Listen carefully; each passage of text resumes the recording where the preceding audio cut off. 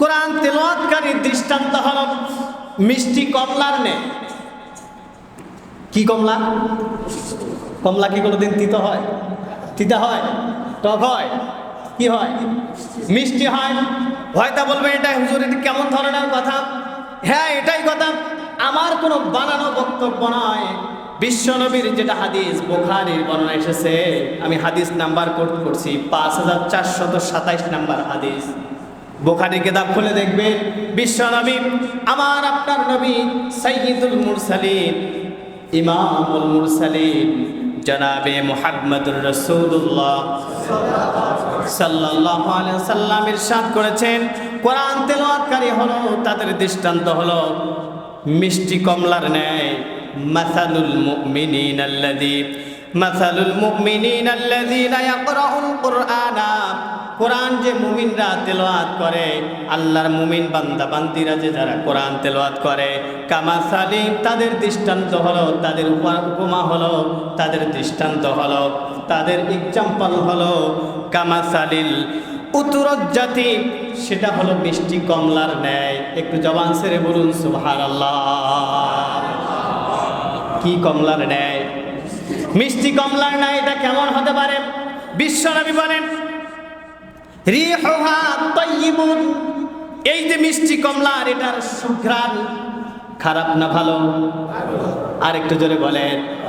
তাইয়িবুন, বিশ্বনবী বলেন ভালো। এর সুঘ্রাণটা যেমন ভালো, কমলার দোকানে গেলে কমলা যদি বেশি পেকে যায়, যেমন দূর থেকেও সেন্ট পাওয়া যায়, সুগন্ধি পাওয়া যায়, সুঘ্রাণ পাওয়া যায়, তাই কিনা? এইরকম কোরআন তেলাওয়াতকারী মুমিন বান্দা বান্দীদের দূর থেকে সুঘ্রাণ পাওয়া যাবে। এটা কেমন ধরনের কথা? এরপরে বিশ্বনবী বলেন ওয়া তা'মুহা তাইয়িবুন, তার স্বাদও মজাদার। সুবহানাল্লাহ।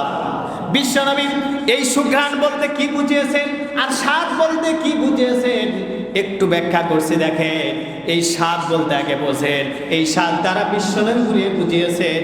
মুহাদ্দিস ইকরাম এটার ব্যাখ্যা করেছেন, এই স্বাদ হলো অন্তরের মধ্যে ঈমান, ঈমান, ঈমান, ঈমান। সুবহানাল্লাহ। যাদের ভিতরে ঈমান আছে, যাদের ভিতরে ঈমান আছে, যারা মুমিন বান্দা বান্দি, এই মুমিন বান্দা বান্দীদেরকে অন্তরকে এই ঈমানকে বোঝানো হয়েছে, স্বাদ বোঝানো হয়েছে। আর সুঘ্রাণ বলতে বোঝানো হয়েছে ওই মুমিন বান্দা বান্দীদের ঈমান থাকার কারণে, আর ঈমান থাকার কারণে কোরআন যখন তেলাওয়াত করেছে তাদের ঈমান দিনের পর দিন বৃদ্ধি পেয়েছে। ঈমানের আলো, ঈমানের নূরে, ঈমানের বদৌলতে এই আলো তার কাজে কর্মের মাধ্যমে দৃশ্যমান হয়েছে। লোকজন তাকে ভালো বলেছে, লোকজন তার ব্যাপারে সার্টিফিকেট দিয়েছে।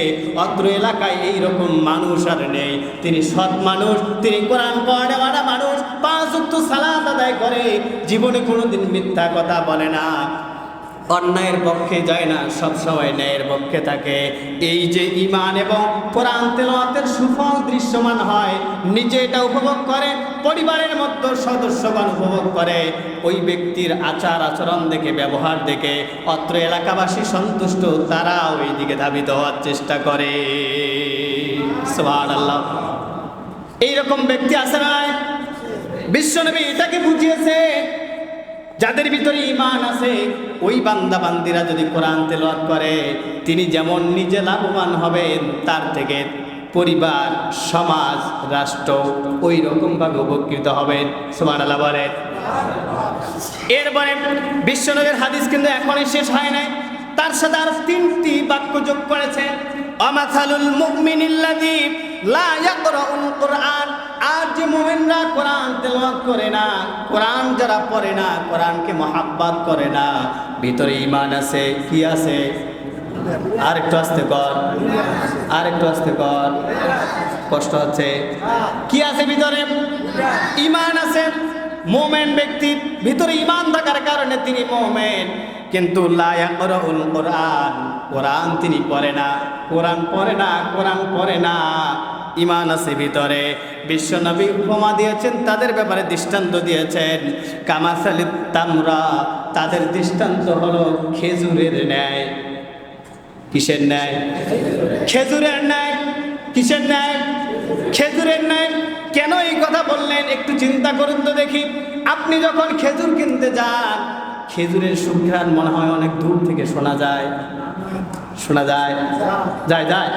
আপনারা শুনছেন কোনোদিন? কিছু লোক বলতেছে যে যায়, শোনা যায়, খেজুরের সুঘ্রাণ শোনা যায়? যায় না। বিষ্ণু বলছেন লা রিহা লাহা, এর সুঘ্রাণ বাইরে থেকে শোনা যায় না, এটার সুঘ্রাণ নেই, এটার কোনো সুগন্ধি নেই, কিন্তু কি আছে ওয়াতামুহা হালু, এটার মিষ্টি আছে। খেজুর যখন আপনি খাবেন তখন মিষ্টি লাগে, ভালো লাগে, ঠিক কিনা? ঠিক কিনা? খান না মনে খেজুর? না খাই না, না খান নাই, আপনারা খান নাই, আমি একলাই খাই, এই জন্য আমি একলাই বলতে পারি, আপনার বলতে কষ্ট হচ্ছে? খেজুরে মিষ্টি আছে না নাই? সুঘ্রাণ নাই। বিষ্ণু বললেন ওই সকল মুমিনদের দৃষ্টান্ত হল যাদের ভিতরে ঈমান আছে, কোরআন তেলাওয়াত করে না, কোরআন তেলাওয়াত না করার কারণে তাদের ঈমান আছে, তাদের ঈমান আছে কিন্তু আমলের ঘাটতি থাকার কারণে তার থেকে তিনি নিজে উপকৃত হতে পারেন না, আশেপাশের লোকজন উপকৃত হতে পারে না, পরিবার উপকৃত হতে পারে না। কিন্তু হলু মিষ্টি থাকার কারণে তার ভিতরে ঈমান আছে, ঈমান আছে কিন্তু কোরআন থেকে তিনি শিক্ষা নেয়নি, লাভ করতে পারে না। এরপরে দেখেন, এটা গেল মুমিন ব্যক্তির কোরআন পড়া আর না পড়ার দৃষ্টান্ত। আরেক শ্রেণী বিশ্বনবী যোগ করেছেন অমাসালুল মুনাফিকিল্লাযী, আর মুনাফিকদের দৃষ্টান্ত হলো ওই ব্যক্তি, ওই জিনিসের মতো, মুনাফিকদের উপমা হলো, উদাহরণ হলো ওই জিনিসের মতো আল্লাযী ইয়াকরাউল কুরআন, যারা কোরআন তেলাওয়াত করে, কোরআন তেলাওয়াত করে কিন্তু ওই ব্যক্তির ভিতরে ঈমান নেই। কি নেই? আর কাছতে কর, ঈমান নেই। মাসালুর রাইহানাতি, তাদের দৃষ্টান্ত হলো ঈমান নেই কিন্তু কোরআন পড়ে, তাদের দৃষ্টান্ত হলো রাইহান গাছের মতো। কি গাছের মতো?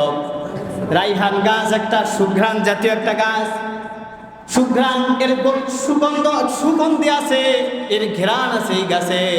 তাদের দৃষ্টান্ত হলো ওই গাছের মতো যে রূহুহা তাইয়িবুন, যার ঘ্রাণ আছে কিন্তু দেখতে শুনতে এটা কেমন? ওই গাছটার ঘ্রাণ আছে বলতে মুনাফিক ব্যক্তি কোরআন তেলাওয়াত করে, এলাকার লোকজন মনে করে সে বড় আল্লাহওয়ালা ব্যক্তি, বড় আল্লাহ প্রিয় ব্যক্তি, আমল যেমন করে, 5 ওয়াক্ত নামাজও ছাড়ে না, তাসবিহ ছাড়ে না, তাহাজ্জুদও মিস করে না, দান সাদাকাও কোথাও বাদ নেই, সব জায়গায় আছে। কিন্তু মূল কথা হলো তার ভিতরে অতামুহা মুররুন, তার ভিতরটা হলো তিতা, ভিতরে তার ভিতরে ঈমান নেই, ঈমান নেই, ঈমান নেই। আছে না এরকম ব্যক্তি? আছে না? যদি না বোঝেন সোজা কথায় দৃষ্টান্ত দিচ্ছি। আল্লাহ রাসূল সাল্লাল্লাহু আলাইহি ওয়াসাল্লামের জামানায় বিশ্বনবীর একজন সাহাবী ছিলেন, কিন্তু তার নামটা ছিল মুনাফিকের সর্দার। আপনারা চেনেন? চেনেন? চেনেন? চেনেন?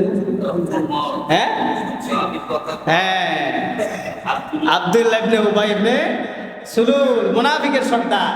নামাজ পড়তেন বিশ্বনবীর পিছনে, জুব্বা গায়ে দিতেন, একসাথে ইফতারি করতেন, সব ভালো ভালো কাজ করতো, কোরআনও পড়তো, লোকজন এবং তার সঙ্গী সাথীরা সবাই জানতো তিনি মুমিন, বড় আল্লাহওয়ালা ব্যক্তি, কিন্তু আল্লাহ পাক তার ব্যাপারে সার্টিফিকেট দিলেন তিনি মুনাফিক। নাউজুবিল্লাহ বলবেন না? চিন্তা করুন, বিশ্বনবী বললেন কোরআন পড়েন, এলাকার লোকজন দেখলে মনে হয় তিনি আল্লাহর ওলি, তাকে আল্লাহর ওলি ভাবে। এত আমল করে, আমল করতে করতে কপালে দাগ পড়ে গেছে, কড়া পড়ছে পায়ের মধ্যে, তাসবিহ দানা ক্ষয় হয়েছে, কিন্তু তার ভিতরে ঈমান নেই। আছে না? আছে না? আছে। এর চিন্তা করুন তো দেখি।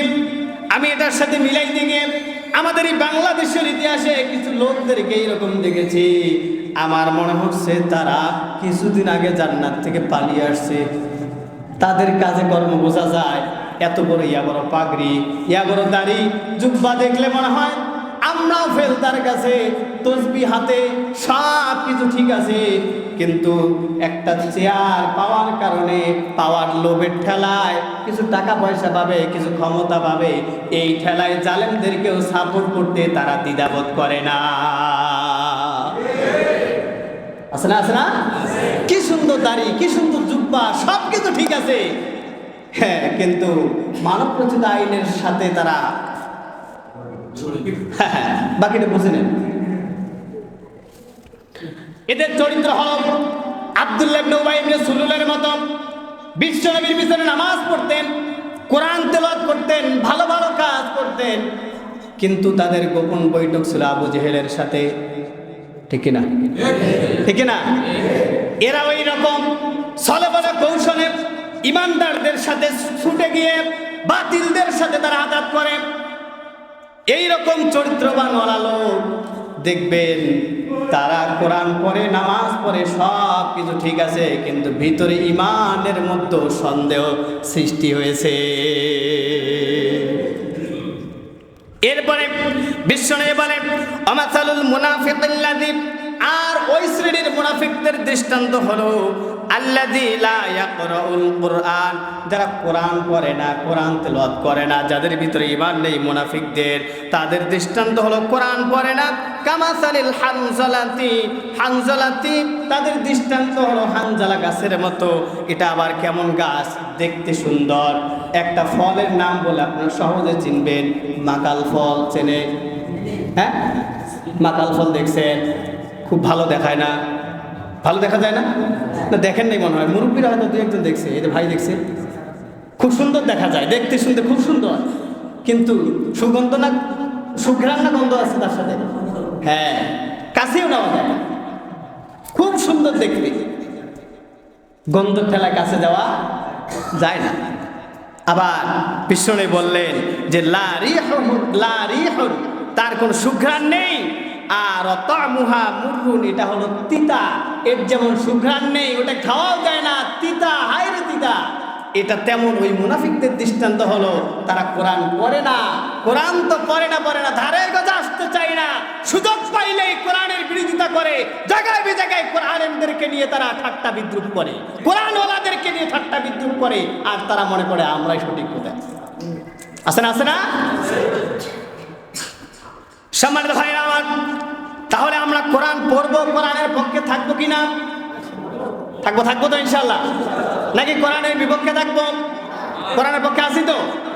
আছি নাই? কারা একটু হাত তোলেন তো দেখি। হয়তো বসে নাই, আমার কথা বুঝতে পারে। আল্লাহ পাক ভিতরেরটা নেবেন, বাইরেরটা আল্লাহ পাক দেবেন না ইনশাআল্লাহ। তাহলে আমরা কোরআনের পক্ষে থাকবো তো ইনশাআল্লাহ। তাহলে কোরআনের পক্ষে যদি থাকি, কোরআনকে যদি ভালোবাসতে পারি, মহাব্বত করতে পারি, তাহলে আমাদের সম্মান কোরআনের খাতিরে বাড়িয়ে দিবেন কে? বাড়িয়ে দিবেন?